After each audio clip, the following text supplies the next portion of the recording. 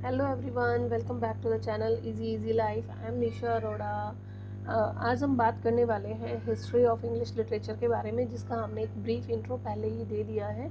उसी श्रृंखला में आज हम आगे बढ़ेंगे रिनेंसा के बारे में, जस्ट बिकॉज हमारे एग्ज़ाम के पर्सपेक्टिव से हम मेन पॉइंट्स को ही डिस्कस करने वाले हैं। वैसे जो आज मैं पढ़ाने वाली हूँ उसमें पूरा डिटेल इसमें दिया हुआ है, लेकिन पॉइंट्स को मैंने हाईलाइट ऑलरेडी कर दिया है। फिर भी हम आगे देखेंगे कि क्या क्या चीज़ें हमारे लिए इम्पॉर्टेंट हो जाती हैं। जब हम इंग्लिश की स्टार्टिंग पढ़ते हैं तो हम ओल्ड सेक्शन एज के बारे में पढ़ते हैं, मिडिल एजेस के बारे में पढ़ते हैं, फिर हम एज ऑफ चौसर के बारे में पढ़ते हैं। बस अभी हमारा एग्ज़ाम सेकंड ग्रेड के अकॉर्डिंग हमारा इतना ज़्यादा डिटेल मैटर नहीं पूछा गया है, तो हम सीधा रिनेंसा पे चलेंगे। लेकिन बीच में एक छोटे सा डिस्कस कर लेते हैं कि एज ऑफ चौसर जो है वो 1340 से 1400 तक रहता है। फिर उसके बाद जब 15th सेंचुरी आ जाती है तो उसमें भी बहुत सारे ऐसे सोशल बैकग्राउंड में चेंजेस होते हैं इंग्लैंड के, और काफ़ी फेमस एजेस रहती हैं। जब हम फर्स्ट ग्रेड का जब मैटर पढ़ते हैं या हम यूजीसी नेट वगैरह की तैयारी करते हैं तो हमें बहुत डिटेल में पढ़ना पड़ता है उन सारी चीज़ों को। तो आज हम बात करते हैं अर्ली रिनेंसा के बारे में, जो the first of 16th century कहलाता है। इसके बारे में हम बात कर लेते हैं कि रिनेंसा में एक्चुअल में उस टाइम पे जो अर्ली रिनेंसा था वो क्या चीज़ थी। देखिए, रिनेंसा को भी दो पार्ट में डिवाइड कर दिया जाता है। 1485 टू 1560 का जो टाइम है ये अर्ली रिनेंसा में आता है। इस टाइम पे जो किंग होते हैं इंग्लैंड के, वो कौन होते हैं? हेनरी 7 होते हैं, और ये foundation of the strong Tudor monarchy से बिलोंग करते हैं, यानी ट्यूडर पीरियड भी इसे कहा जाता है। और इस टाइम पे वर्ल्ड में और क्या चल रहा था, देखिए, और बात रिनेंसा के बारे में हम बात करेंगे, लेकिन इम्पॉर्टेंट है एक हिस्टोरिकल बैकग्राउंड को जानना हमारे लिए कि इस टाइम पे कोलंबस ने अमेरिका को डिस्कवर किया था। ठीक है, फिर उसके बाद में जो हेनरी 7 है उनकी डेथ हो जाती है 1509 में इनकी डेथ हो जाती है। तो उसके बाद में हेनरी 8 आते हैं। फिर उसके बाद में थोड़ा टाइम बाद में 1553 में फिर किंग चेंज हो जाते हैं। ठीक है, 1553 में तब आते हैं एडवर्ड 6 आते हैं इसमें। ठीक है, फिर उसके बाद में फिर इनकी एक रेबल होता है, मतलब एक तरह की युद्ध सा होता है, सिविल वॉर सा इनका यहाँ चल रहा होता है इंग्लैंड में। तो उसके बाद में आती है मैरी ट्यूडर। मैरी ट्यूडर जो है वो यहाँ की क्वीन बनती हैं, और ये मैरी ट्यूडर को क्या कहा जाता है इंग्लैंड में? ब्लडी मैरी कहा जाता है, क्योंकि ये कैथोलिज्म को लेकर आई थी यहाँ पे, है ना। रोमन कैथोलिज्म को इन्होंने मतलब बहुत ज़्यादा स्प्रेड किया था रोमन कैथोलिज्म को। और ये जो क्वीन थी ना, जब ये बनती हैं तो इनके टाइम पे जो प्रोटेस्टेंट्स होते हैं, क्योंकि हम जब क्रिश्चियनिटी के बारे में पढ़ते हैं तो यहाँ पर दो तरह के क्रिश्चियन पीपल पाए जाते हैं। एक तो प्रोटेस्टेंट होते हैं और एक रोमन कैथोलिक होते हैं। ठीक है, जो एंशिएंट कैथोलिज्म को मानते हैं।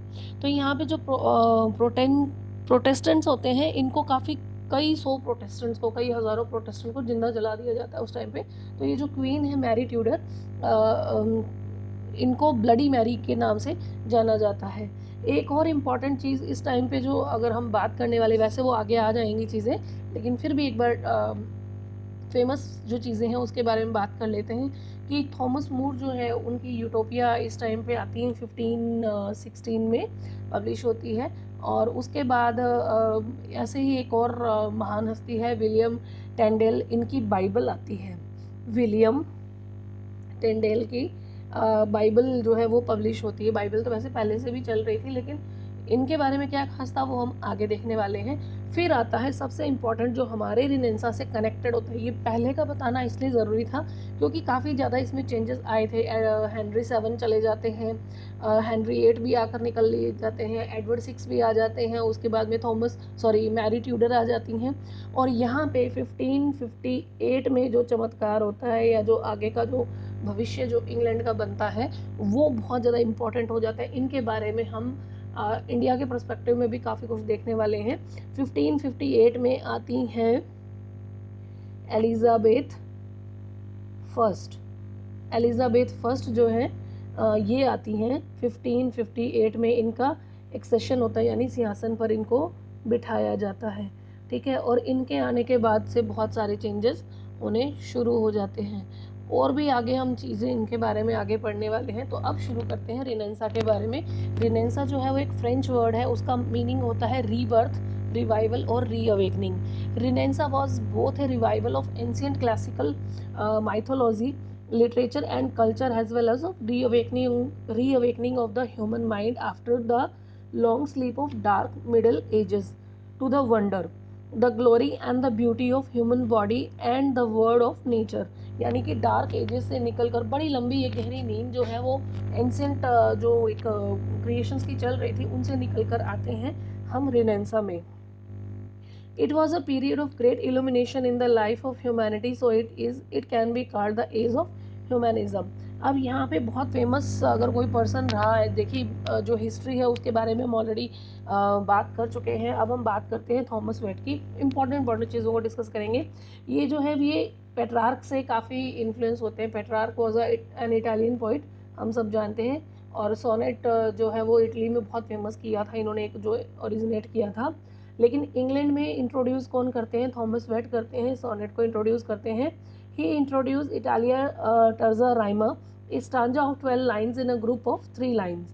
He also used ottava rima, a stanza of 8 lines with a complicated rhyme pattern।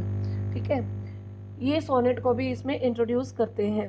इसके बाद में हम पढ़ते हैं हेनरी होवर्ड, जिनको मोस्ट ऑफ इंग्लिश के जो स्टूडेंट्स हैं अर्ल ऑफ सरे के नाम से ही जानते हैं। सिर्फ बहुत कम ऐसे स्टूडेंट्स होंगे जो मतलब अभी अगर हम बात करें यूनिवर्सिटीज़ में तो सिर्फ अर्ल ऑफ सरे ही पढ़ाया जाता है। ठीक है, हेनरी होवर्ड जो थे ये अर्ल ऑफ सरे थे और ये डिसाइपल थे थॉमस वेट के। हम सब जानते हैं कि सोनेट को जब इंग्लैंड में इंट्रोड्यूस किया जाता है तो इन्हीं के द्वारा ही किया जाता है, दोनों के द्वारा। एक और चीज़ है कि ये जो अर्ल ऑफ सरे ये कभी इटली नहीं गए थे, लेकिन इन्होंने अपने जो सीनियर हैं थॉमस वेट, उनको देख देख कर ही सोनेट को फॉलो करना शुरू कर दिया था। लेकिन he does not follow the Petrarchan model of sonnet. He divided his sonnet into 3 quatrains and a couplet at the end. एक और चीज़ आती है थॉमस वेट और अर्ल ऑफ सरे के बारे में। He and Wyatt published nothing in their lifetime. इन्होंने अपनी लाइफ टाइम में कोई चीज़ को पब्लिश नहीं करवाया था। इन्होंने खुद ने जितना भी मतलब सोनेट को क्रिएट किया है, इनका जो क्रिएशन था वो सॉन्ग एंड सोनेट्स नाम के पार्ट से इनको 1557 में पब्लिश करवाया गया था टोटल्स मिसलेनी में। ठीक है, टोटल्स मिसलेनी में इसको पब्लिश करवाया गया था। The prose of early renaissance consist largely on translation.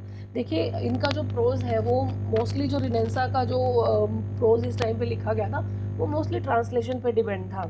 The prose writer of the age are educationist and reformist. ठीक है, rather than the creative writer. ये कोई क्रिएटिव राइटर नहीं थे, ये ट्रांसलेटर्स थे, रिफॉर्मिस्ट थे। ठीक है, तो इन्होंने ही इसको ज़्यादातर लिखा है। अब हम एक बहुत बड़ा नाम जो है डेसिडेरियस इरेमस का नाम पढ़ते हैं। ये एक डच स्कॉलर थे। इनकी प्रेज ऑफ फॉली जो है वो लैटिन में लिखी गई थी, लेकिन बाद में इसको इंग्लिश में ट्रांसलेट किया गया था। बहुत फेमस इनकी ये क्रिएशन थी डेसिडेरियस इरेमस की। ठीक है, फिर उसके बाद में आता है नाम सर थॉमस मोर। इनको तो हर लिटरेचर का जो एक स्टूडेंट है या जो एक लिटरेचर लवर है वो इसको अच्छे से जानता है, सर थॉमस मोर को। ये इनकी मोस्ट नोटेड क्रिएशन है अर्ली इंग्लिश ह्यूमैनिस्ट के द्वारा। यूटोपिया नाम इसको दिया गया था। 1515 में लिखा गया था, लैटिन में ही लिखा गया था, लेकिन 1551 में, देखिए ईयर्स में कंफ्यूजन हो सकता है, 1551 में इसको ट्रांसलेट किया गया था। किसके द्वारा? राल्फ रॉबिन्सन के द्वारा। इंग्लिश में ट्रांसलेट किया है राल्फ रॉबिन्सन ने इसको इंग्लिश में, लेकिन जो ओरिजिनल यूटोपिया है वो किस में लिखा गया है? लैटिन में लिखा गया है। ठीक है, अब इसके बारे में लॉन्ग नाम के एक राइटर हुए हैं, वो ये कहते हैं, in More's Utopia we find for the first time as the foundations of civilized society the 3 great words liberty, equality and fraternity। देखिए ये लिबर्टी, इक्वलिटी और फ्रेटर्निटी हमारी जो प्रियम्बल है उसमें भी ये वर्ड दिए गए हैं, है ना। हम पढ़ते हैं स्वतंत्रता, समानता और बंधुता। ठीक है, ये वर्ड्स हमने भी दिए गए हैं, लेकिन लॉन्ग कहते हैं कि यूटोपिया में जो कितने सालों पहले लिखी गई है 1515 में लिखी गई थी, 1515 में लिखी गई थी, लैटिन में लिखी गई थी थॉमस मोर के द्वारा। उसमें उन्होंने उस टाइम पे ये इसमें क्रिएट किया है कि हर इंसान को लिबर्टी, इक्वलिटी और फ्रेटर्निटी का अधिकार जो है वो मिलना चाहिए। हर एक के लिए ये सारी चीज़ें अवेलेबल होनी चाहिए। सबकी लाइफ में ये वर्ड्स मैटर करते हैं। एक और इम्पॉर्टेंट चीज़ आती है रेनेसां के टाइम पे, the Bible was the most important member of the group of scholars known as the Cambridge reformers. अब ये वर्ड क्यों आता है, देखिए यहाँ पे क्योंकि हमने बात की थी हेनरी 7 के बारे में, हेनरी 8 के बारे में, तो इन्होंने क्या किया था, एक और बात कर लेते हैं, क्योंकि यहाँ पे ऑक्सफोर्ड का, कैम्ब्रिज का नाम आता रहेगा। हम बात कर लेते हैं इनके बारे में कि जब हेनरी 8 एक्सेशन होता है, जब इनको सिंहासन पर बिठाया जाता है ना, तो ये बड़े विद्वान आदमी थे, इनको बड़ा अच्छा लगता था। तो इन्होंने नए नए कॉलेजेस को, मतलब ऑक्सफोर्ड में कॉलेजेस को सेटअप किया था, और इसके साथ साथ इन्होंने कैम्ब्रिज को भी एक न्यू लर्निंग प्लेस बनाने में अपना जो कंट्रीब्यूशन दिया था। इन्होंने कोशिश की थी अपनी तरफ से बहुत सारे कॉलेजेस को इस्टेब्लिश करने में। बहुत सारी चीज़ें इनके टाइम पे होती हैं। हेनरी 8 के टाइम पे ऑक्सफोर्ड और कैम्ब्रिज जो है वो नई यूनिवर्सिटीज़ बनकर सामने आते हैं वर्ल्ड के, ठीक है। और बहुत सारी चीज़ें होती हैं, बहुत सारे राइटर्स इसमें आते हैं इस टाइम पे, जो ऑक्सफोर्ड यूनिवर्सिटी में और कैम्ब्रिज में जाते हैं और ह्यूमनिस्ट के तौर पर सबसे ज़्यादा जाने जाते हैं, जैसे थॉमस मूर है ना, और इरेस्मस है। ये सारे लोग वहाँ पे होते हैं, और भी होते हैं, विलियम ग्रॉसन भी होते हैं, थॉमस लिंकरे होते हैं, काफ़ी सारे लोग इस टाइम पे आते हैं, ठीक है। और हम जो बात करते हैं रिफॉर्मेशन की, ये मतलब हेनरी 8 के बाद के टाइम में रिफॉर्मेशन जो है वो शुरू हो जाता है, और एडवर्ड 6 के टाइम पे भी होता है, मैरी ट्यूडर के टाइम पे भी होता है, एलिजाबेथ फर्स्ट का जब एक्सेशन होता है, तो तब तक ये रिफॉर्मेशन जो है इस पूरे टाइम, क्योंकि चेंजेस आते हैं, धीरे धीरे आते हैं, टाइम लगता है चीज़ों को चेंज होने में, तो वो सारी चीज़ें हम आगे देखेंगे। अब हमने बात की थी विलियम टेंडल के बारे में, अभी हमने थोड़ी देर पहले बात की थी। इन्होंने बाइबल के बारे में लिखा था। ये न्यू टेस्टामेंट था, translation of Latin Bible. Bible तो पहले से भी मौजूद थी, है ना, लेकिन ये लैटिन में थी। अभी तक सब इसको लैटिन में पढ़ रहे थे, तो इन्होंने क्या किया था, ट्रांसलेशन किया था न्यू टेस्टामेंट नाम से। विलियम टेंडल को जाना जाता है, ये बहुत फेमस थी। 1522 में इनकी ये जो आती है विलियम टेंडल के न्यू टेस्टामेंट आता है, ट्रांसलेशन ऑफ लैटिन बाइबल है। It was a work of Protestant propaganda, ये भी प्रोपेगेंडा भी मान सकते हैं। इसके बाद में माइल्स कॉबरडेल आते हैं, ये भी कंप्लीट इंग्लिश बाइबल लिखते हैं। बाइबल भी अलग अलग लोगों ने फिर अपने अपने हिसाब से लिखना शुरू कर दिया था। क्रॉमवेल आए थे, इन्होंने ग्रेट बाइबल लिखा था। अब हम बात करते हैं the development of drama up to 1558। 1558 तक जो ड्रामा का जो एक डेवलपमेंट होता है रेनेसां में, उसको हम 4 पार्ट में डिवाइड करते हैं। फर्स्ट होता है रिलीजियस स्टेज, सेकंड होता है मोरालिटी स्टेज, थर्ड होता है इंटरल्यूड, और फोर्थ होता है आर्टिस्टिक ड्रामा। इन चारों को ही हम बहुत ज़्यादा एक फेमस तरीके से पढ़ते हैं। सबसे पहले लेते हैं रिलीजियस प्लेस के बारे में। These The mysteries based upon the subject taken from Bible and the miracle dealing with the lives of saints। इस टाइम पे जो भी प्लेस लिखे गए, या जो भी पोइट्री क्रिएट हुई, या जो भी ड्रामा जो विकसित किए गए, डेवलप किए गए, उन सब का जो एक बैकग्राउंड था वो क्या था, वो रिलीजियस था। यानी सेंट्स की लाइफ के ऊपर लिखा जाता था, उनके जो एक्सपीरियंसेस होते थे उनके ऊपर लिखा जाता था, है ना। जैसे Abraham and Isaac's is remarkable for pathos. The earliest known religious play is Adam, which describe the fall of man। यहाँ पे वही चीज़ों को बताया जाता है कि जो एक ह्यूमन बीइंग है वो कैसे ग्रो करते हैं और कैसे उनका फॉल होता है। रिलीजियस मैनर में दिया जाता है। If you follow the religion you will have peace of mind, peace of soul and everything, but if you go beyond of religion you have to seen the drawbacks of these things, है ना। उसके बाद में आता है morality pledge आ जाते हैं। Morality play क्या होते थे, all sorts of virtues and vices were personified. जैसे एवरी मैन आता है, finest example of morality plays आता है। द 4 एलिमेंट्स भी आता है इसमें। जॉन स्केल्टन का मैग्निफिकेंस भी आता है। सर जॉन लिंडसे का आता है the satire of the 3 states. ये कुछ मोरालिटी प्लेज जो है फेमस उस टाइम के वो आ जाते हैं। अब बात करते हैं इंटरल्यूड के बारे में। इंटरल्यूड क्या चीज़ था? It means any short dramatic piece of a satiric rather than of directly religious और एथिकल कैरेक्टर। किसी एथिकल कैरेक्टर को, किसी मोरालिटी प्ले के कैरेक्टर को नहीं बताना है यहाँ पे, लेकिन सैटायर करके बताना है, व्यंग्य करके बताना है, हिडन मीनिंग को लेकर चलना है, उसको अंडरस्टैंड किया जाता है। तो वो एक खासियत जो है वो नई डेवलप होने लगी थी। जैसे जे होवुड का 4P नाम से एक प्ले आता है, बड़ा ही फेमस रहता है। अब इसमें 4P क्या चीज़ थे? 4P थे एक पामर, एक पार्टनर, ए पॉथकैरी, ए पैडलर। इस तरह से इनके जो नाम हैं वो दिए जाते हैं इस 4P में जॉन हेवुड के। अब लेते हैं द आर्टिस्टिक ड्रामा जो लास्ट में आते हैं। इसमें क्या खास बात थी? राल्फ डॉयस्टर का आता है Nicholas Udall, first English comedy play in 5 acts. ठीक है, कुछ ये बहुत ज़्यादा डिटेल मेरे हिसाब से नहीं पूछा जाएगा, लेकिन फिर भी मुझे लगा कि डाल देना चाहिए, मे बी कोई एक आधा क्वेश्चन आ जाता है। Gammer Gurton's Needle by John Still के द्वारा आता है, सेकंड इंग्लिश कॉमेडी इसे कहा जाता है। फिर आती है ट्रेजेडी, गॉर्बोडिक और फेरिक्स एंड पोरेक्स 1562 में आता है थॉमस सैकवाइल एंड थॉमस नॉर्टन का। ये फर्स्ट क्लासिकल ट्रेजेडी थे रिटन इन ब्लैंक वर्स में लिखा गया था। अब हम बात करते हैं एलिजाबेथन एज की, जो फ्लावरिंग टाइम ऑफ रिनेंसा था, यानी कि इस टाइम पे रिनेंसा जो सुपर चेंजेस हमें देखने को मिलते हैं वो यही है। ठीक है, रिनेंसा में अब एलिजाबेथन एज को हम बात इसलिए करने वाले हैं क्योंकि एक प्रोलिफिक एज है। ठीक है, बहुत सारे ऐसे मतलब चेंजेस इस टाइम पे होने वाले हैं, उसको भी हम पढ़ेंगे। It is known as the golden era of literature.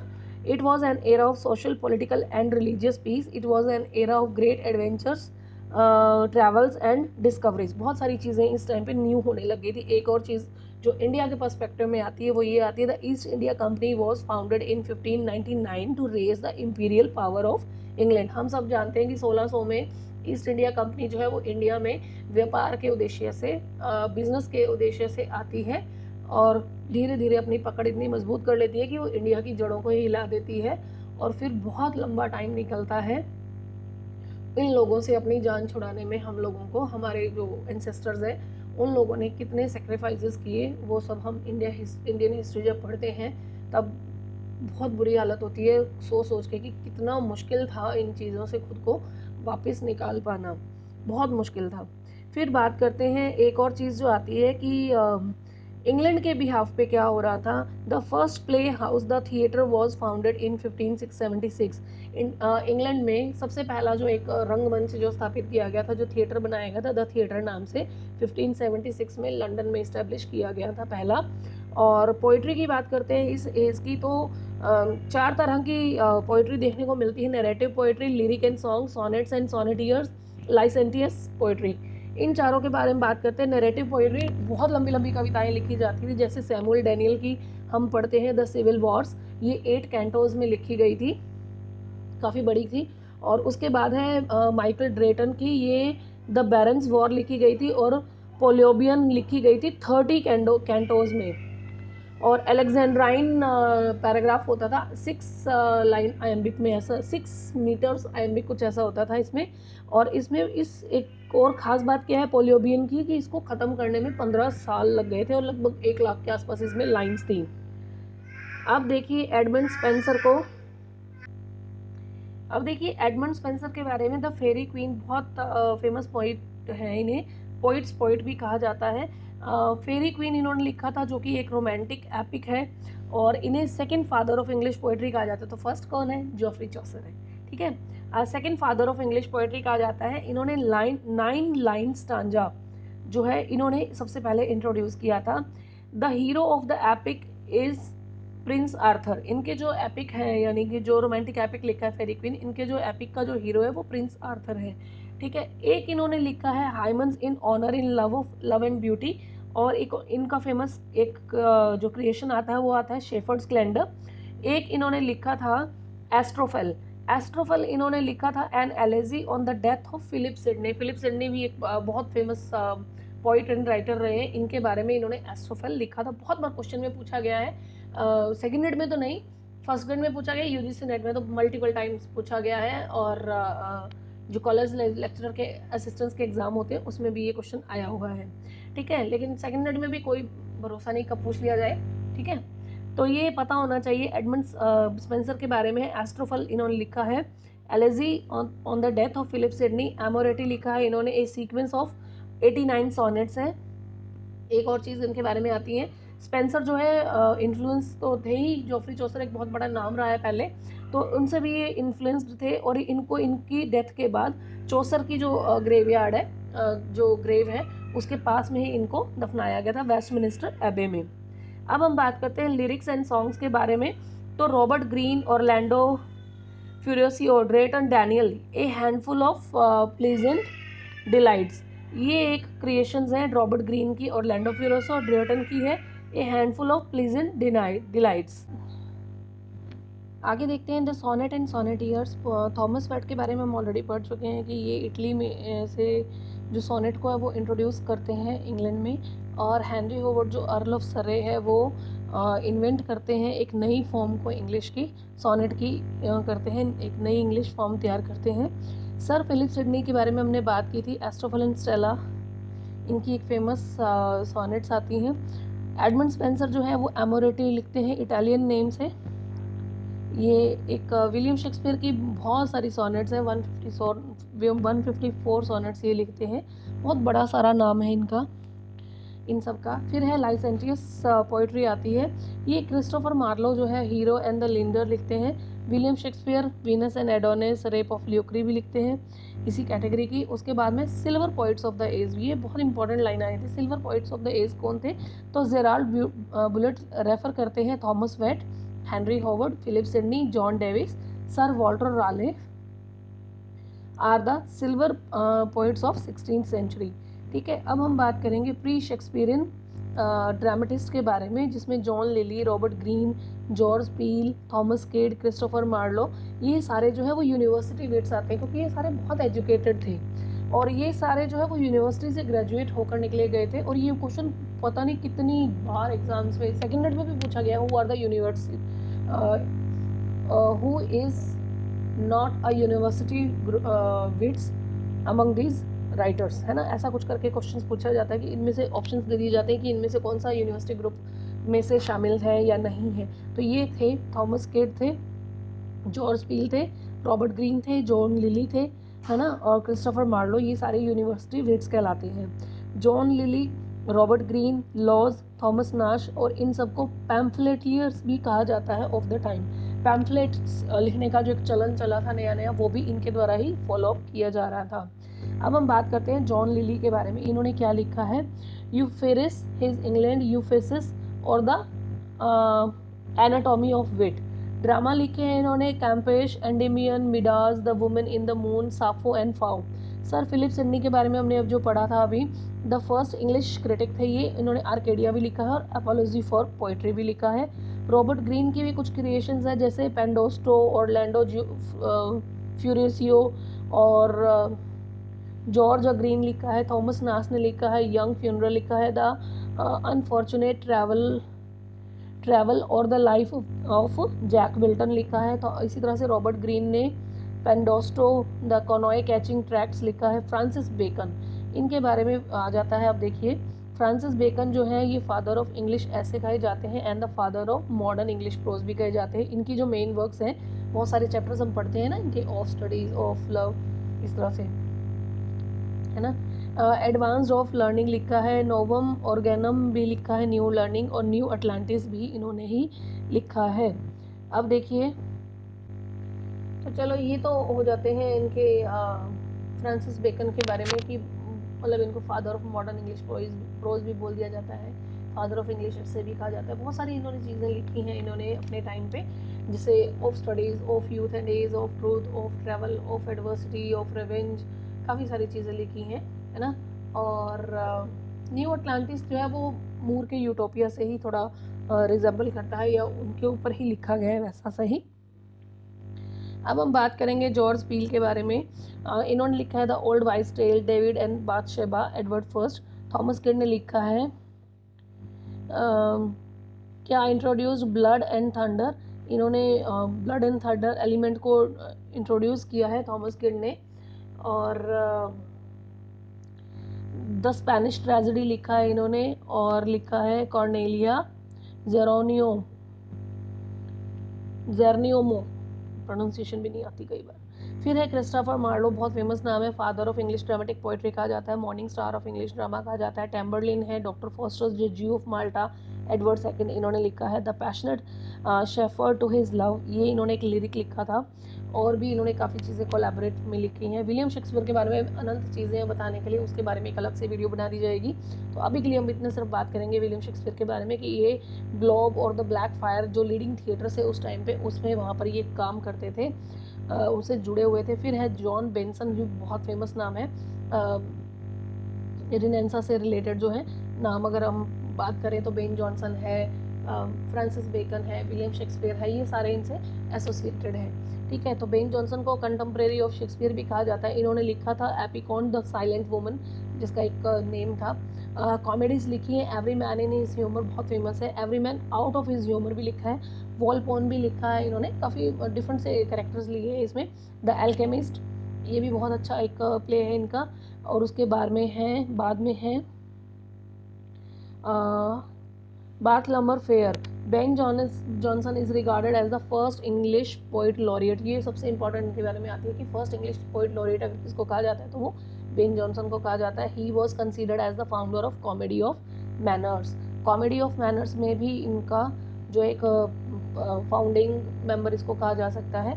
तो अभी के लिए रिनेंसा में जितने भी इंपॉर्टेंट चीज़ें बनती थी वो हमने डिस्कस कर ली है। जल्दी मिलते हैं एक नए और वीडियो के साथ, तो चैनल को लाइक शेयर और सब्सक्राइब करना ना भूलिए।